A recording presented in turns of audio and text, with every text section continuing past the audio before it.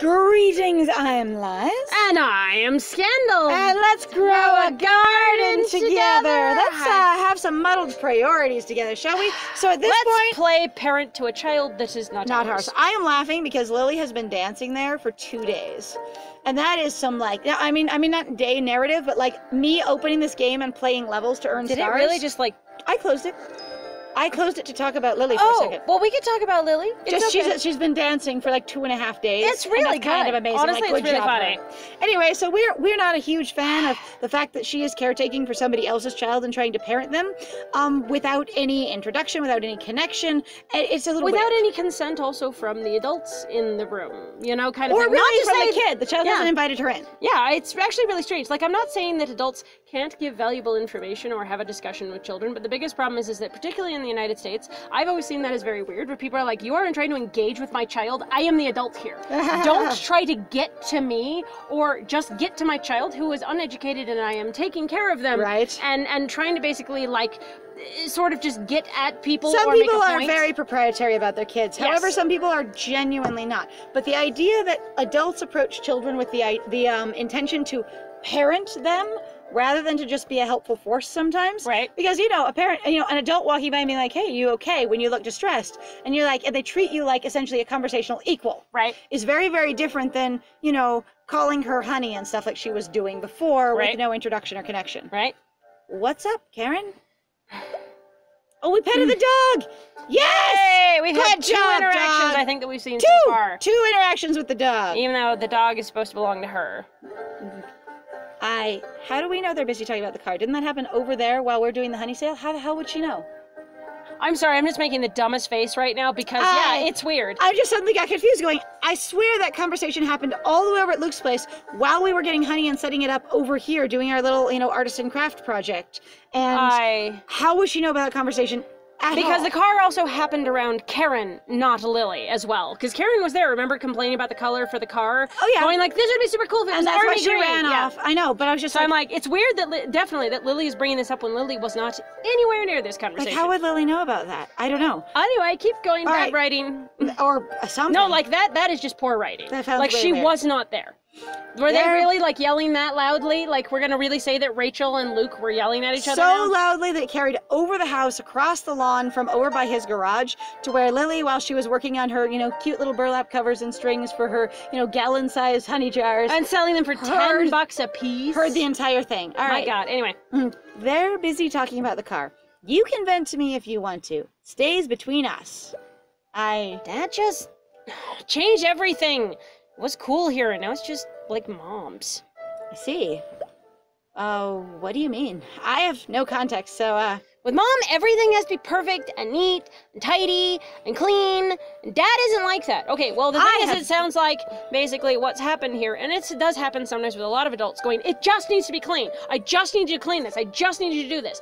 Communicating with your child your values and why you think that they are valuable and the things that you would like done is so damn helpful. Like, super really, helpful. did you ever connect to the fact when your parents ever would scream and yell at you and go, you need to clean these things, and then being like, now my child's a complete idiot and just doesn't understand that if we don't clean this, we'll get ants, that they don't understand if we don't clean this, we'll get cockroaches. If we don't clean this, the grout will rot out of the shower. Right? And we'll have to respeckle it.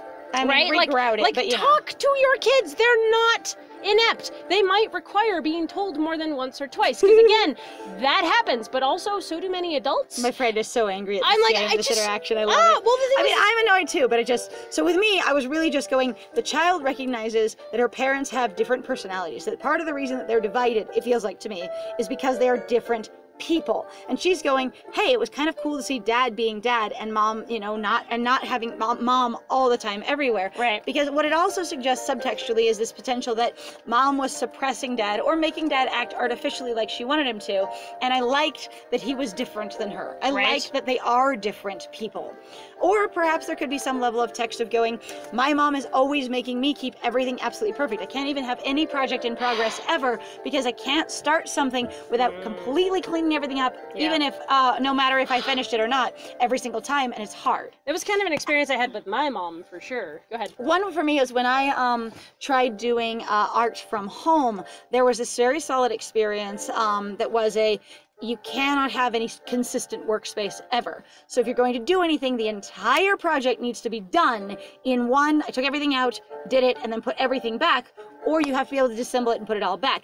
And sometimes with paintings, that can be very, very challenging. And my friend has worked with very large paintings, so that was sometimes ridiculous. I would say, on the other hand, I learned to do several styles that were very, very quick, that still represented some of the emotional and aesthetic things I was going after. Right. But it was solidly an experience of going, you cannot do this unless you can completely put everything away in the space of one work group. Like, not even like, we'll have dinner and then you can go back to it and work some more. It's like, if you've stopped working there, you need to clean it up. Right, it just needs to be done. Anyway, so it could be some of that too.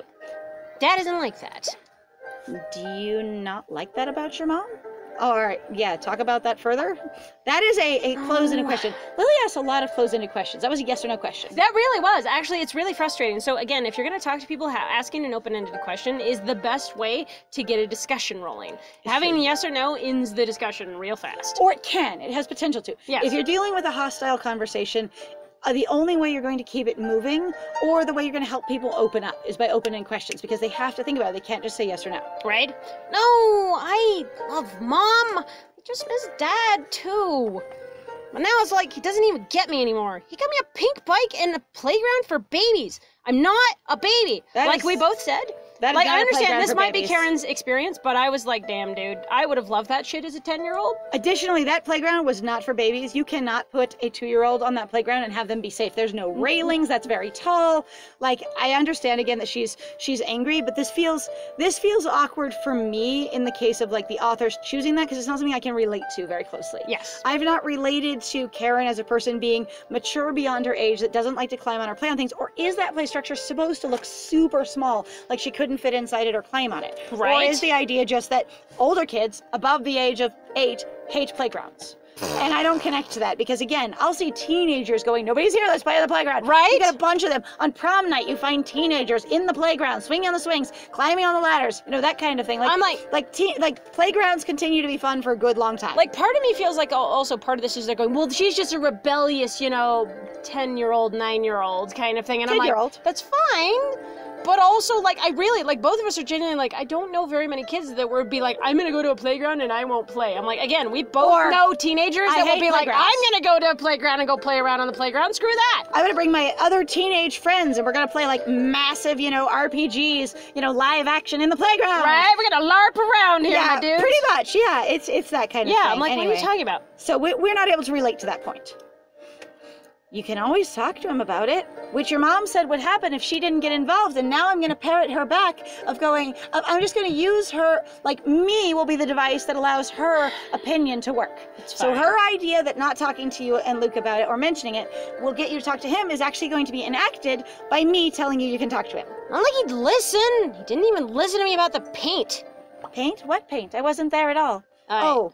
It's okay to be upset about whatever this is that I don't know about because I wasn't there. What? I can extrapolate from context. I know he was repairing a car that was then perfect. I was upset a lot too when my mom and dad weren't together anymore. Okay. Like, that's a very generic statement in the sense of going, it is okay to be upset, and and my understanding is it's relating to your mom and dad just not being together. Right. Just don't count your dad out, okay? He's doing all of this so you guys can see each other more. Because your mom apparently has all legal power at all, and he is such a disaster on paper that they're like, she gets full custody and she gets to dictate all things required. She might. Honestly, that might also be reasonable. He seems weirdly super out of touch if that's a thing that he wants to do. Well, like again, that's what I'm saying. If that's his goal. On paper. Yeah. So to the courts, he looks so bad that they're like, we will not even consider your guardianship privileges or your ability to speak for yourself legally at all. Right. It's all on her, and if you can appease her, then we can look at your case again. Right. Like, and that's now, granted, there are some biases for sure inside of, like, let's say the United States in this case. Yeah, in regards to men getting their children. There is a weird bias that people have pointed out. However, that's more about other things rather than just, I'm just like, that's a really complicated conversation, and they don't seem to want to have that here. It's just sort of like, no, your dad is still a good guy, honey. And it's like, as far as both, like, at least for me, I'm going, Luke seems a little neglectful. And he seems very self-obsessed, which is fine. Which is fine. And I'm going like, it's okay. You don't have to have kids. There's this weird thing socially that I feel like frustrates the crap out of me, where people are like, God, my dad just wasn't available, or my mom just wasn't available, or my dad. So like my grandpa, for example, threw my mother through walls, right? You want to talk about my abusive, alcoholic grandpa? Let's talk about that for 2 seconds. But the thing is going, like, as far as I could tell, whenever he seemed to have it, he seemed to deeply resent his family. I do not know what his damn issue was or whatever it was, but he abused them, okay? And the thing was going like, but he had to stay with them because that was what was required, because that's what you did. And then he eventually ended up leaving my grandmother and went for a woman who was 10 years younger and had just as many kids. So if you don't know, I really honestly for a period of time had over 20 uncles and aunts before they all started dying. We've had a very, very different life, both of us. Like getting to know each other. We're like, our childhoods were completely different. Utterly different. Right? But that's why I'm like, and the thing for me is like, as far as I could always ever tell, my grandpa, and he's dead now, so I did, whatever. But my grandpa, for a lot of the times, even when I saw him, he didn't seem like he liked hanging out. He seemed like he liked basically sort of like almost being kind of sadistic and trying to prove how much better he was than anyone else. I'm like, you don't like this makes you anxious. So you seem to have so many damn issues that he wouldn't take care of them. And he took it out sometimes like on my older siblings, and it was really awkward sometimes. So I suppose what I would contribute to this conversation is that while it is not the child's responsibility to parent their parents or to dictate what kind of a parent they're going to be, sometimes people become parents and they don't know what else to do. And they realize that even if they thought they knew what they were signing up for, they don't like it. Yeah. It is possible to have what is considered informed consent without really understanding what's going on. Informed consent in the military doesn't mean you truly understand everything that's going to happen and what you're like blanketly consenting to. Right. When you have relationships of any kind, even if you go, sure, I will take this job from this employer, sure, I will date you and be your significant other, you're not consenting to all possible things, no matter what, at all times. Right. You're consenting to what you understand you can handle and be comfortable with now in this time, and then there's always room for renegotiation. In our culture, especially with the nuclear family model of it is only you parents as an island with your children, right, and you're not supposed to really have other support, especially economically and or in your household, because you're not successful if you have that. Yeah. It can make it very hard for parents who go, look, I had this kid and now I didn't understand that it would be me trying to handle them either around a job or around a essentially absentee spouse because he had to take a second job. Right. Even if he loves you and wants to be there, like it depends on what your financial circumstances are. Yeah. You can literally end up at a place of going, I wanted a baby and kids so bad, but I didn't know it would be like this. And you don't know how to change like this, and exhausts you and overwhelms you, so you are bitter and resentful and trying to get out of it, in the same way that if you were in essentially any kind of stressful job situation or any kind of stressful situation in your life, you want to get out of it. You're not trying to do anything to the kid, you're just literally trying to function. Right. Luke seems like he's somewhere in there. Yes. Of going, I didn't know what I was signing up for, I don't know what to do. Right. All right. Let's see, you guys see each other more often. But that means you need to talk to each other. Even if you leave bad feelings... If you leave bad feelings alone, they just grow bigger in your belly and make you sick. She's talking about herself here. This is Lily talking about herself here. You really think he'd listen? I mean, I don't feel like a goddamn character. It's fine. I'm fine. It's fine. I don't feel like Karen's a character. I know, she just suddenly goes into, well, I'll believe the stranger. I think he'd listen better than he's ever listened before. What? Really? You have no sense of history with him in regards to him and his family at all. Why would you think he would do that? I'm not getting this. But again, granted, maybe it's just because I've never been the child of a divorced family kind of thing. Maybe I have. My friend has, but I think both of us being confused, while it is also a limited experience, that's all we really have. I don't understand this whole breakdown at all. I'm still insulted that, again, the parents keep abandoning their child to a literal freaking stranger to caretake for them. Barely know each other. They've seen each other a few times to do collaborative projects. They've had in 2 weeks. They've had a weird, intensive, potential dating, flirting thing that went on, and then he got really juvenile and really kind of infantilized. Like there was I don't even feel like a lot of flirting went on. That was weird. I really don't. Well, the thing is I'm just saying, like, they tried to do it, and to me it just got weird because they were like, "Look how dumb he is." Blah blah blah. When you say they, you mean the writing, authors. like the way that. Because I was like, Lily and Luke didn't do much. But it was like, so remember they were down in the lower garden. I remember. Yeah, okay. But when you said they, I wasn't sure who you focused on. Yeah, I'm talking about the writers in this case. For me, going like, again, you're in the heteronormative fandom. So for me, why wouldn't you? If I was reading this book, as it were, this story, her saying, I think he'd listen better than he's ever listened before, I don't feel like she has basis for that, for him as a person. As much as we've seen on screen as her getting to know him, I don't think that she has credence to say that statement, because even if she wants to think best of him, she has no base, like she has no grounding for why he would suddenly listen to his daughter closer than ever before. And us as the reader, he's just not listened to his daughter 4 times in a row. I was about to say, there's also the fact that even Lily in some ways shouldn't be, like, maybe it's just like she's just trying to be optimistic and she's trying to be positive, but like, even for Lily, she has seen him and has proven, of course, to be right that Luke's not paying attention. She already knows that he's basically not, he's not focused, he's not in the present. You're good at talking. Okay, maybe The sentence is, I'll you're try. good at talking. Thanks, Lily. You're good at talking. That is the sentence. You're good at talking. Just, hey, mate, you're good at talking. Hey! Damn, mighty fancy words you got there. You're pretty good at talking. What else you good at? That sounds weird to me, all right? I'm sorry. It's strange. First time I've heard that one. Come on, let's get back. But Okay, but you were doing something else. time to stop. Pep, well, we were just angry at him about the car. Where did this come from? Did I miss something in the narrative? I don't know. All right, keep going. I don't all right. know what for you. You really did well, Luke. Don't know what's gotten into you lately, but it's good. The car thing where you're trying to win me back is weird, but your enthusiasm is great. And even if, But also, I won't mention the other stuff, because you and your daughter need to talk about that on your own without any cues from me. Thanks. I'm trying. That's what I mean. You're trying. I'm glad. I'll just suggest that you've never tried at home. I was about to that's all. say he didn't try. It's like Or that she couldn't perceive him trying. Again, just because someone says you're not trying doesn't mean you aren't. It's true. Also, sometimes, so there's a great analogy where someone just going, I didn't understand. You never did this thing to me. You never would feed me. They're like, I always gave you soup. You're like, yeah, but you always gave me soup, but what I wanted was pizza. So there's a love analogy that basically considers like ways of communicating love to one another. Right. It relates one to soup and one to pizza. So in one person's family, love was pizza. In another person's family, love was soup. And so it's not really, you always, what I want to, it's really this experience of going, I need love. And the person goes, here's pizza. And they're going, okay, I need love. Here's pizza.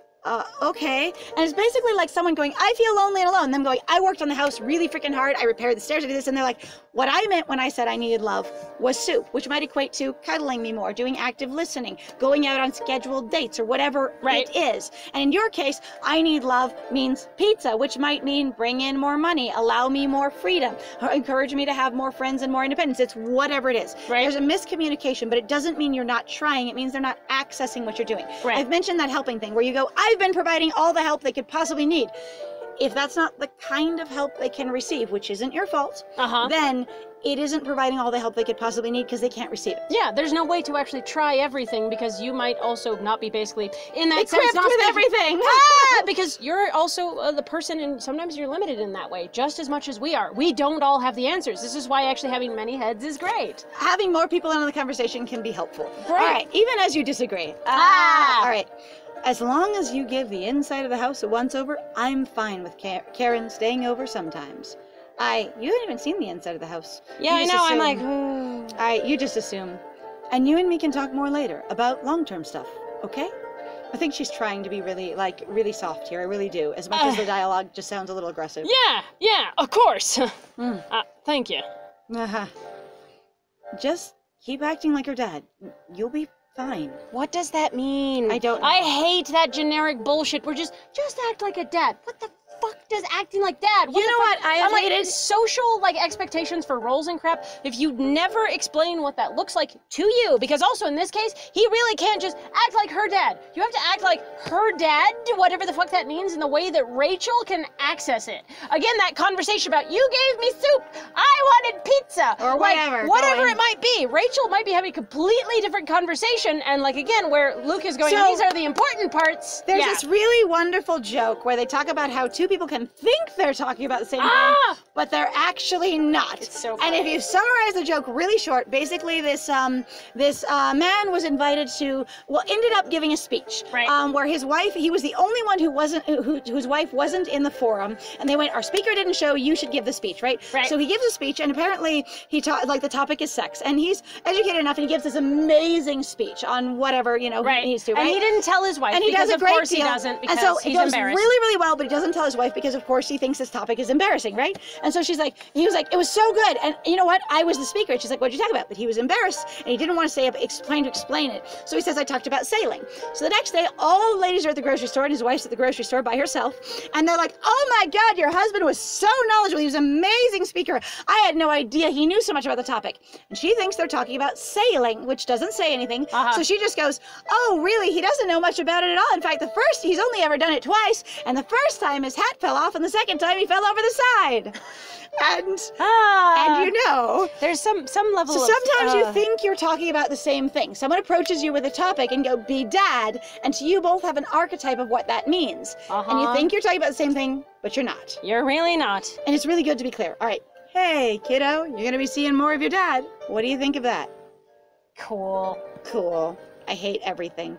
She's ecstatic. Okay, we better get going, sweetie. I don't want you to have time to talk to your dad like I said you'd have time to do. It's fine. Well, that was fascinating. Super awkward. They're going to talk during say goodbye, maybe. This feels strange to me. This is super weird. This has turned into the discourse with Lies and Scandal. Hey, in regards to like parenting and also communication, and in regards to relationships, treating kids like as they are. They are developing adults. Treating people equally and treating them well. All right. Well, thank you very much, guys, then, for joining us. If you like what we do, please feel free to like, comment, and subscribe. And also, if you want to support us more directly, please also feel free to go check out our Ko-Fi and our Patreon. We've got some links down below in the description. And other than that, I have been Scandal. Yeah, it was lovely having you. We do have a huge number of opinions, especially in reference to this series. But we have appreciated the support for this series directly. And I want to call out to Miss Kiwi Cat really quick for just being involved with us in this series and being encouraging about it as we have moved forward. It's really, really lovely. It's been super cool. And I have been Liz. And it was great playing with you. Bye!